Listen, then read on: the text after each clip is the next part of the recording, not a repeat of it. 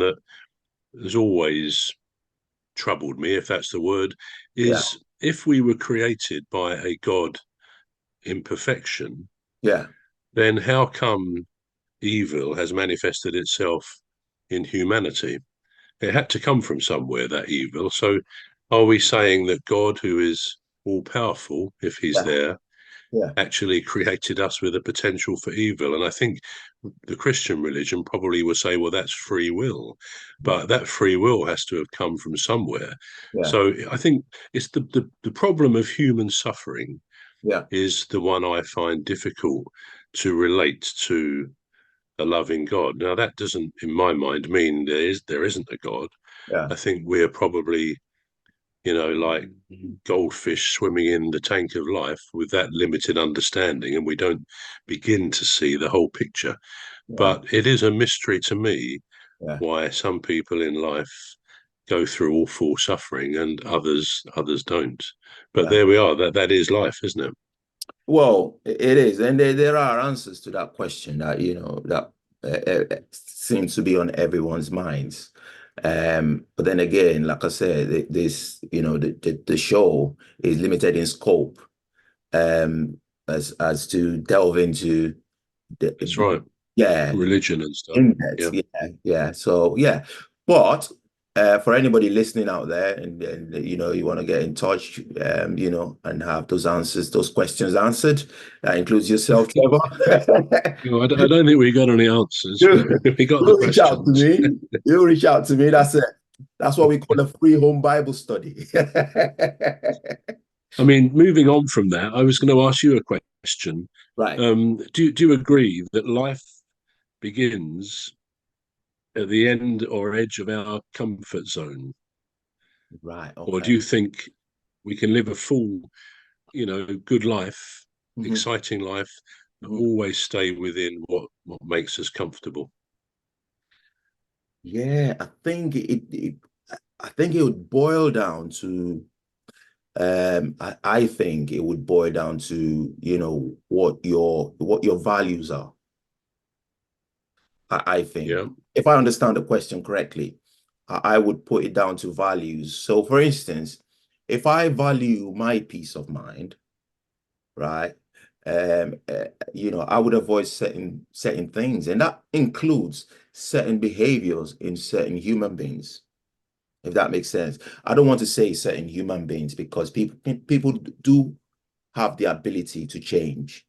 So I would say Yeah. certain behaviors in certain human beings, and I'm just gonna explain that in the best possible way that I can. And when I say certain behaviors in certain human beings, for instance, there are people, Trevor, that aren't religious, right? But they would they don't like people swearing, so Yeah. they prefer to not listen to that, not listen to that sort of language, so to say. And as such, they would choose not to associate with certain people that have a certain way of speaking, if that makes Yeah. sense.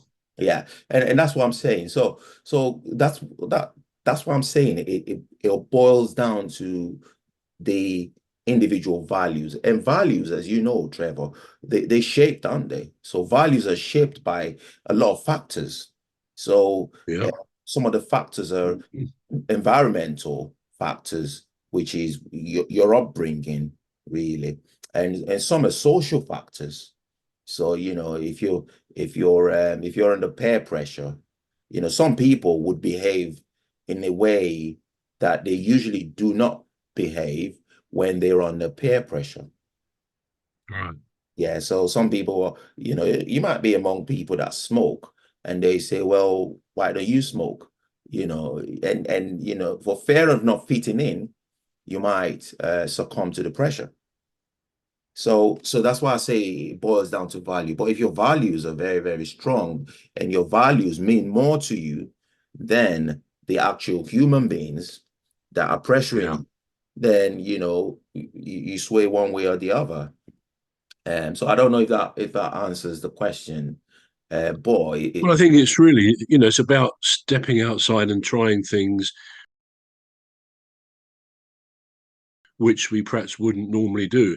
I mean, for example, you said the other day that you don't like flying. Now, you gave me the impression that you were a bit scared of flying, as millions of people are, I have to say. And I don't find it a piece of cake myself, but I do it because I like to travel sometimes.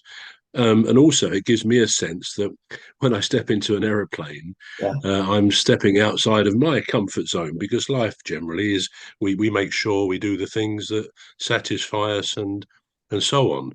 But that's really the base of my question. The basis of my question is: All right. Yeah. would you say you often or sometimes do things which initially you might be uncomfortable about, but then like so often happens, we realize, wow, this is much better than I expected because we're outside of the usual comfort zone we live in.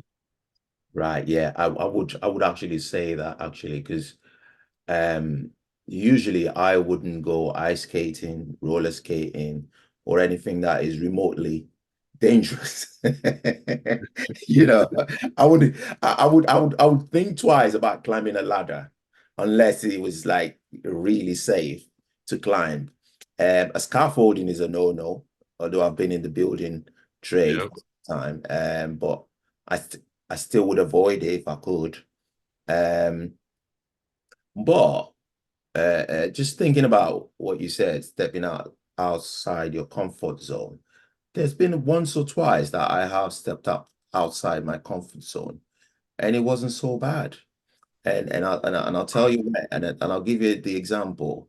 It was when I went to a theme park, right? So I'd go to a theme park, but I'd avoid the rides, and it sort of defeats the aim of going to a theme park. You know what I mean? It's like, you go to this theme park just to look at the rides, and Yeah, yeah, and I was pressured by friends. It was like, oh yeah, why have you come? I'm like, yeah, I've just come so I can spend time with you. Yeah, just try this one.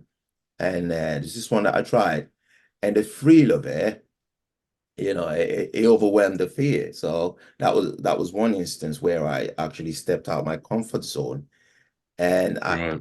enjoyed it. I did. Yeah. But that often happens, doesn't it? But again, it doesn't always work. I just came to mind then when my son, my boy Paul, was young a few years ago. Right. We went to stay with some friends in Baltimore, or just outside Baltimore in the States, and they sort of took us around to all sorts of things. And we went to some sort of theme park. Now, maybe like you, I don't like heights particularly at No. all, but there Yeah. was this cable car going right the way around this theme park.